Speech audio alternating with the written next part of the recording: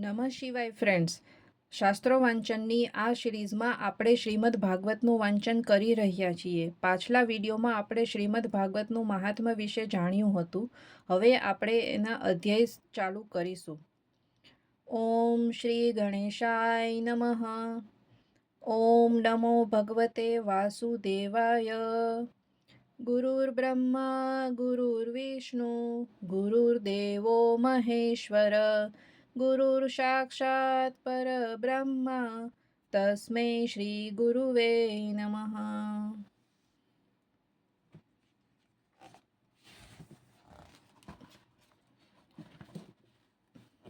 શ્રીમદ ભાગવત મહાત્મ્ય પહેલો અધ્યાય. દેવર્ષિ નારદનો ભક્તિ સાથે ભેટો. સચ્ચિદાનંદ સ્વરૂપ ભગવાન શ્રી કૃષ્ણને અમે નમસ્કાર કરીએ છીએ કે જેઓ જગતની ઉત્પત્તિ, સ્થિતિ અને વિનાશના હેતુ છે તથા આધ્યાત્મિક, આધિદૈવિક અને આધિભૌતિક એ ત્રણેય પ્રકારના દુઃખોનો નાશ કરનારા છે. જેમનું કોઈ કર્તવ્ય કર્મ શેષ નથી તેવા સર્વ સંગ છોડીને આશ્રમમાંથી એકલા જઈ રહેલા શુકદેવજીને જોઈને તેમના પિતા વ્યાસજી વિરહ વ્યાકુળ થઈને પોકારવા લાગ્યા, હે પુત્ર, હે પુત્ર. તે સમયે શુકદેવ રૂપે તદાકાર બનેલા વૃક્ષોએ તેમના વતી ઉત્તર આપ્યો. એવા સૌના હૃદયમાં વિરાજમાન શ્રી સુખદેવજીને હું નમસ્કાર કરું છું. એક સમયની વાત છે કે ભગવત કથા અમૃતનું રસ આસ્વાદન કરવામાં કુશળ મુનિવર શૌનકજીએ નૈમિષારણ્ય ક્ષેત્રમાં વિરાજમાન મહામતી સૂતજીને નમસ્કાર કરીને પૂછ્યું. શૌનકજી બોલ્યા, હે સૂતજી, અજ્ઞાનના અંધકારનો નાશ કરવા માટે તમારું જ્ઞાન કરોડો સૂર્ય સમાન છે. તમે અમારા કાનો માટે રસાયણ અમૃત સ્વરૂપ સાર ગર્ભિત કથા કહો. ભક્તિ, જ્ઞાન અને વૈરાગ્યથી મળનારા મહાન વિવેકની વૃદ્ધિ કેવી રીતે થાય છે અને વૈષ્ણવો આ માયા મોહથી કેવી રીતે છુટકારો મેળવે છે. આ ઘોર કળિયુગમાં જીવો પ્રાયઃ આસુરી સ્વભાવના થઈ ગયા છે. વિવિધ ક્લેશોથી આક્રાંત આ જીવોને શુદ્ધ દૈવી સંપદા સંપન્ન બનાવવાનો શ્રેષ્ઠ ઉપાય શો છે? હે સૂતજી, તમે અમને એવું કોઈ શાશ્વત સાધન બતાવો કે જે સૌથી વધુ કલ્યાણકારી હોય તથા પવિત્ર કરનારાઓમાં પણ પવિત્ર હોય અને જે ભગવાન શ્રી કૃષ્ણની પ્રાપ્તિ કરાવે. ચિંતામણી કેવળ લૌકિક સુખ આપી શકે છે અને કલ્પવૃક્ષ વધુમાં વધુ સ્વર્ગીય સંપત્તિ આપી શકે છે, પરંતુ ગુરુદેવ તો પોતે પ્રસન્ન થઈને યોગીઓ વડે પણ દુર્લભ એવું ભગવાનનું નિત્ય વૈકુંઠ ધામ પણ આપી દે. સૂતજીએ કહ્યું, હે શૌનકજી, તમારા હૃદયમાં ભગવાન પ્રતિ પ્રેમ છે, તેથી હું વિચાર કરીને સંપૂર્ણ સિદ્ધાંતોનો નિષ્કર્ષ તમને સંભળાવું છું કે જે જન્મ અને મૃત્યુના ભયનો નાશ કરનારો છે. હું તમને તે સાધન બતાવું છું કે જે ભક્તિના પૂરમાં વૃદ્ધિ કરે છે અને ભગવાન શ્રી કૃષ્ણની પ્રસન્નતાનું મુખ્ય કારણ છે. તો તમે સાવધાન થઈને તે સાંભળો. શ્રી સુખદેવજીએ કળિયુગમાં જીવોના કાળરૂપી સર્પના મુખનો કોળિયો થવાના ત્રાસનો સંપૂર્ણ નાશ કરવા માટે શ્રીમદ ભાગવત શાસ્ત્ર કહ્યું છે. મનની શુદ્ધિ માટે આના કરતાં ઉત્તમ અન્ય કોઈ સાધન નથી. જ્યારે મનુષ્યના જન્મ જન્માંતરનો પુણ્યોદય થાય છે ત્યારે જ તેને આ ભાગવત શાસ્ત્રની પ્રાપ્તિ થાય છે. જ્યારે શુકદેવજી રાજા પરીક્ષિતને આ કથા સંભળાવવા માટે સભામાં વિરાજમાન થયા ત્યારે દેવતાઓ અમૃત કળશ લઈને તેમની પાસે આવ્યા. દેવતાઓ પોતાનું કામ સાધવામાં કુશળ હોય છે, તેથી અહીં પણ એ સૌએ શુકદેવજીને નમસ્કાર કરીને કહ્યું, તમે આ અમૃત લઈ લો અને બદલામાં અમને કથામૃત આપો. આ રીતે પરસ્પર વિનિમય થઈ જવાથી રાજા પરીક્ષિત અમૃતનું પાન કરશે અને અમે સૌ શ્રીમદ ભાગવત રૂપી અમૃતનું પાન કરીશું. આ સંસારમાં ક્યાં કાચ અને ક્યાં મહામૂલ્ય મણિ, ક્યાં અમૃત અને ક્યાં કથા. આમ વિચારીને શ્રી સુખદેવજીએ તે સમયે દેવતાનો ઉપહાસ કર્યો. તેમને ભક્તિ શૂન્ય જાણીને કથામૃત આપ્યું નહીં. આ રીતે શ્રીમદ ભાગવત કથા દેવતાઓને પણ દુર્લભ છે. પહેલાના સમયમાં શ્રીમદ ભાગવતના શ્રવણથી જ રાજા પરીક્ષિતનો મોક્ષ થયેલો જોઈને બ્રહ્માજીને પણ મોટું આશ્ચર્ય થયું હતું. તેમણે સત્યલોકમાં ત્રાજવું બાંધીને બધા સાધનો તોડ્યા. અન્ય બધા જ સાધનો તોલમાં હલકા ઉતર્યા, પણ પોતાની મહત્તાને કારણે ભાગવતને જ બધા કરતાં ભારે જોયું. આ જોઈને બધા ઋષિઓને ભારે વિસ્મય થયું. તેમણે કળિયુગમાં આ ભગવાન રૂપી ભાગવતને જ વાંચવા સાંભળવાથી તે તત્કાળ મોક્ષ આપે છે એવો નિશ્ચય કર્યો. સપ્તાહ વિધિ સાથે શ્રવણ કરવાથી આ ભાગવત નિશ્ચિતપણે ભક્તિનું પ્રદાન કરે છે. પહેલાના સમયે આ કથા દયાપરાયણ સનકાદિએ દેવર્ષિ નારદને સંભળાવી હતી. જોકે દેવર્ષિએ એ પહેલા આ કથા બ્રહ્માજીના શ્રી મુખે સાંભળેલી હતી, પરંતુ સપ્તાહ શ્રવણની વિધિ તો સનકાદિએ જ તેમને કહી સંભળાવી. શૌનકજીએ પૂછ્યું, સાંસારિક પ્રપંચથી મુક્ત અને વિચરણશીલ નારદજીનો સનકાદિની સાથે સંયોગ ક્યાં થયો અને વિધિ વિધાનના શ્રવણમાં તેમને કેવી રીતે પ્રતિ થઈ? સૂતજીએ કહ્યું, હવે હું તમને તે ભક્તિ પૂર્ણ કથાનક સંભળાવું છું કે જે શ્રી સુખદેવજીએ મને પોતાનો અનન્ય શિષ્ય જાણીને એકાંતમાં સંભળાવ્યું હતું. એક દિવસે વિશાલાપુરીમાં તે ચારે નિર્મળ ઋષિઓ સત્સંગ માટે આવ્યા. તેમણે ત્યાં નારદજીને જોયા. સનકાદિએ પૂછ્યું, હે બ્રહ્મન, તમારું મુખ ઉદાસ કેમ છે? તમે શા માટે ચિંતાતુર છો? આટલા બધા ઉતાવળે તમે ક્યાં જઈ રહ્યા છો અને તમારું આગમન ક્યાંથી થઈ રહ્યું છે? અત્યારે તો તમે એવા પુરુષ જેવા શૂન્ય મનસ્ક દેખાવો છો કે જેનું ધન લૂંટાઈ ગયું હોય. તમારા જેવા આસક્તિ રહિત પુરુષ માટે આ વાજબી નથી. કહો, શું કારણ છે? નારદજીએ કહ્યું, સર્વોત્તમ લોક સમજીને હું પૃથ્વી પર આવ્યો. અહીં પુષ્કર, પ્રયાગ, કાશી, ગોદાવરી, હરિદ્વાર, કુરુક્ષેત્ર, શ્રીરંગમ, સેતુબંધ વગેરે કેટલાય તીર્થોમાં અહીં તહીં વિચરતો રહ્યો, પણ મને મનને સંતોષ આપનારી શાંતિ ક્યાંય મળી નહીં. આ સમયે અધર્મના સહાયક કળિયુગે સમસ્ત પૃથ્વીને દુઃખી કરી મૂકી છે. હવે અહીં સત્ય, તપ, શૌચ, દયા, દાન વગેરે કશું પણ નથી. બિચારા જીવ માત્ર પોતાનું પેટ ભરવામાં જ લાગેલા છે. તેઓ અસત્યભાષી, આળસુ, મંદબુદ્ધિ, ભાગ્યહીન અને ઉપદ્રવગ્રસ્ત થઈ ગયા છે. જેઓ સાધુ સંત કહેવાય છે તેઓ પૂરા પાખંડી થઈ ગયા છે. જોવામાં તો તેઓ વિરક્ત લાગે છે, પરંતુ પત્ની, ધન વગેરે બધાનો પરિગ્રહ કરે છે. ઘરોમાં સ્ત્રીઓનું રાજ્ય છે. શાળાઓ સલાહકાર બન્યા છે. લોભથી લોકો કન્યા વિક્રય કરે છે અને પતિ પત્ની વચ્ચે કંકાસ થયા કરે છે. મહાત્માઓના આશ્રમો, તીર્થો અને નદીઓ પર યવનોનો અધિકાર થઈ ગયો છે. તે દુષ્ટોએ ઘણા દેવાલયો પણ નષ્ટ કરી દીધા છે. અત્યારે અહીં ન કોઈ યોગી છે, ન કોઈ સિદ્ધ છે, ન જ્ઞાની છે અને ન તો કોઈ સત્કર્મ કરનારું પણ છે. બધા સાધન અત્યારે કળીરૂપી દાવાનળથી બળીને ભસ્મ થઈ ગયા છે. આ કળી કાળમાં બધા દેશવાસીઓ બજારમાં અન્ન વેચે છે. બ્રાહ્મણો પૈસા લઈને વેદ ભણાવે છે અને સ્ત્રીઓ વેશ્યાવૃત્તિથી નિર્વાહ કરે છે. આ રીતે કળિયુગના દોષો જોતો અને પૃથ્વી પર વિચરતો હું યમુનાજીના તટે પહોંચ્યો કે જ્યાં ભગવાન શ્રી કૃષ્ણની અનેક લીલાઓ થયેલી છે.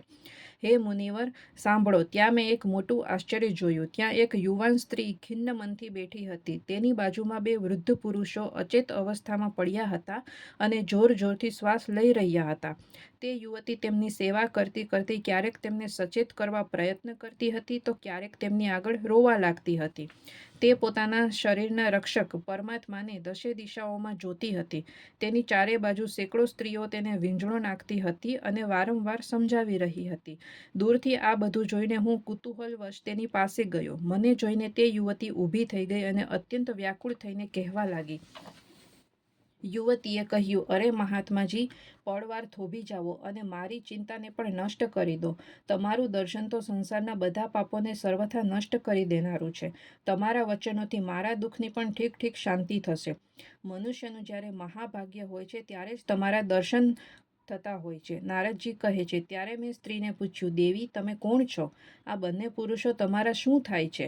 અને તમારી પાસે આ કમલનયની દેવીઓ કોણ છે? તમે પોતાના દુઃખનું કારણ મને વિસ્તારથી જણાવો.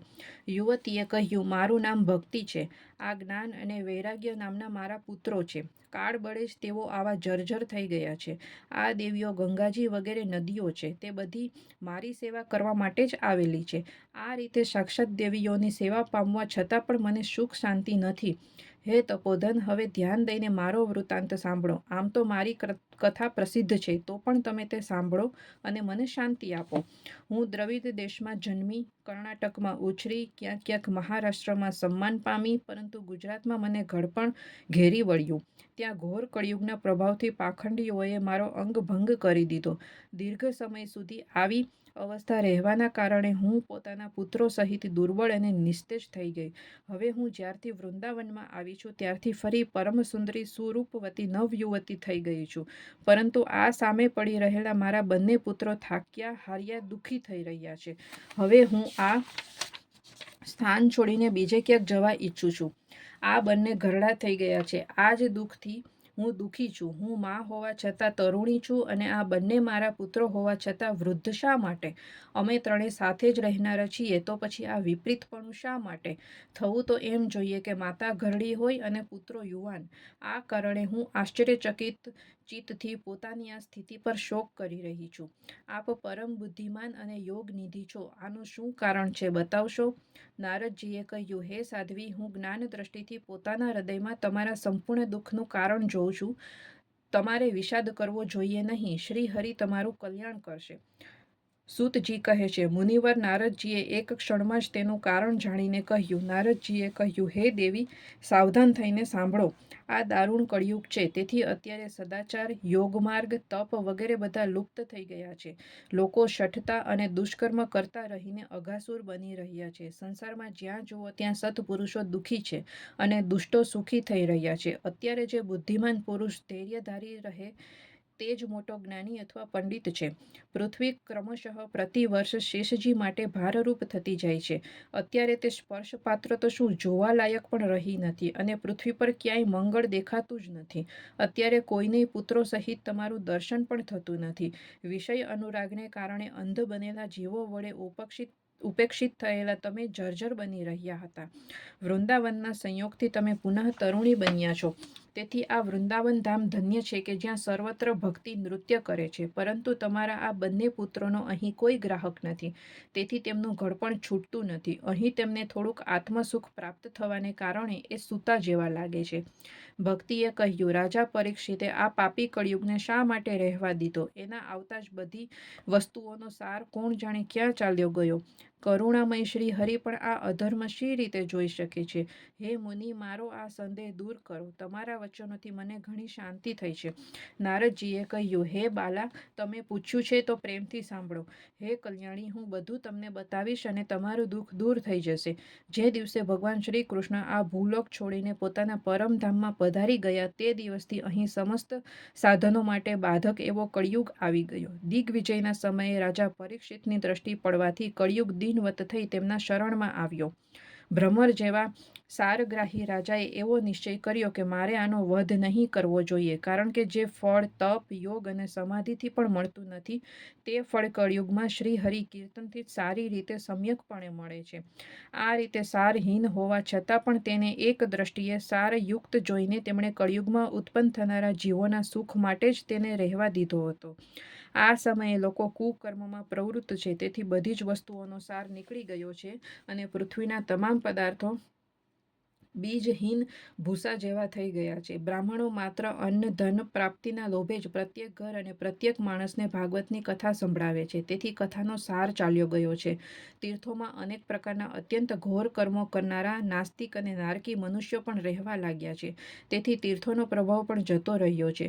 જેમનું ચિત્ત નિરંતર કામ, ક્રોધ, મહાલોભ અને તૃષ્ણાથી તપતું રહે છે તેવા મનુષ્યો પણ તપસ્યાનો ઢોંગ કરવા લાગ્યા છે. તેથી તપમાંથી પણ સાર નીકળી ગયો છે. મન પર કાબુ નહીં હોવાને કારણે તથા લોભ, દંભ અને પાખંડનો આશ્રય લેવાને કારણે તેમજ શાસ્ત્રનો અભ્યાસ નહીં કરવાથી ધ્યાનયોગનું ફળ ચાલ્યું ગયું છે. પંડિતોની દશા એવી છે કે તેઓ પોતાની પત્ની સાથે પશુની જેમ રમણ કરે છે. તેમનામાં સંતાન પેદા કરવાનું જ કૌશલ્ય જોવા મળે છે. મુક્તિ સાધનમાં તેઓ સર્વથા અકુશળ છે. સંપ્રદાય અનુસાર મળેલી વૈષ્ણવતા પણ ક્યાંય જોવા મળતી નથી. આ રીતે ઠેર ઠેર બધી જ વસ્તુઓનો સાર લુપ્ત થઈ ગયો છે. આ તો યુગનો સ્વભાવ જ છે. એમાં કોઈનો દોષ નથી. તેથી જ પુંડરીકાક્ષ ભગવાન અત્યંત નજીક રહેવા છતાં પણ આ બધું સહી રહ્યા છે. સૂતજી કહે છે, હે શૌનકજી, આ પ્રમાણે દેવર્ષિ નારદના વચનો સાંભળીને ભક્તિને ભારે આશ્ચર્ય થયું. એ પછી તેણે જે કંઈ કહ્યું તે સાંભળો. ભક્તિએ કહ્યું, હે દેવર્ષિ, તમે ધન્ય છો. મારું મોટું સૌભાગ્ય છે કે તમારો ભેટો થયો. સંસારમાં સાધુ પુરુષોનું દર્શન જ સમસ્ત સિદ્ધિઓનું પરમ કારણ છે. તમારો માત્ર એક જ વારનો ઉપદેશ ધારણ કરીને ક્યાધુ કુમાર પ્રહલાદે મારા પર વિજય મેળવી લીધો હતો. ધ્રુવજીએ પણ તમારી કૃપાથી જ ધ્રુવ પદ મેળવ્યું હતું. તમે સર્વ મંગલમય અને સાક્ષાત શ્રી બ્રહ્માજીના પુત્ર છો. હું તમને નમસ્કાર કરું છું. પહેલો અધ્યાય અહીં સમાપ્ત થાય છે. ઓમ નમો ભગવતે વાસુદેવાય. રાધે રાધે.